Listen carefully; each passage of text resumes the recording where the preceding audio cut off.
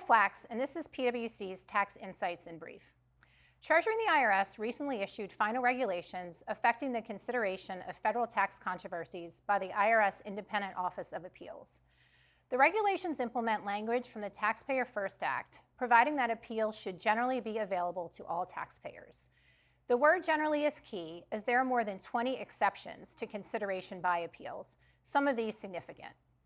While the final regulations discuss the comments received, for the most part, they retain the exceptions that were originally proposed.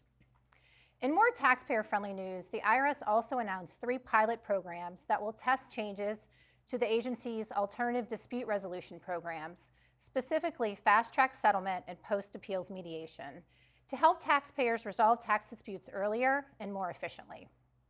With respect to the final regulations, after the Supreme Court's decision in Loper-Bright, taxpayers have been waiting to see if Treasury and the IRS would maintain their position in the proposed regulations that appeals will not consider regulation validity challenges.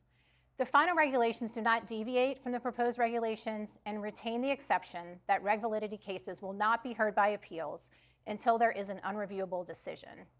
Thus, it is clear that litigation will be required in the case of regulation validity challenges, but the final regulations are clear that appeals will hear challenges related to the applicability of a regulation. The Fast Track Settlement and Post-Appeals Mediation pilot program changes are effective now for a 2-year period. Under these changes, a case will not be ineligible for Fast Track just because one issue is ineligible, which traditionally was the case. Most notably, requests to participate in Fast Track and Post-Appeals Mediation will not be denied without the approval of an executive.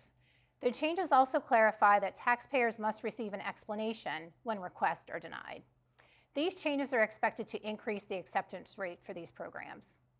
Taxpayers with current IRS disputes should ensure a current understanding of the appeals process and consider using the ADR options even if these may not have been supported by your exam team in the past. When successful, ADR can save resources and provide certainty sooner. For more details, read the attached insight. Thanks for watching. This has been PwC's Tax Insights in Brief.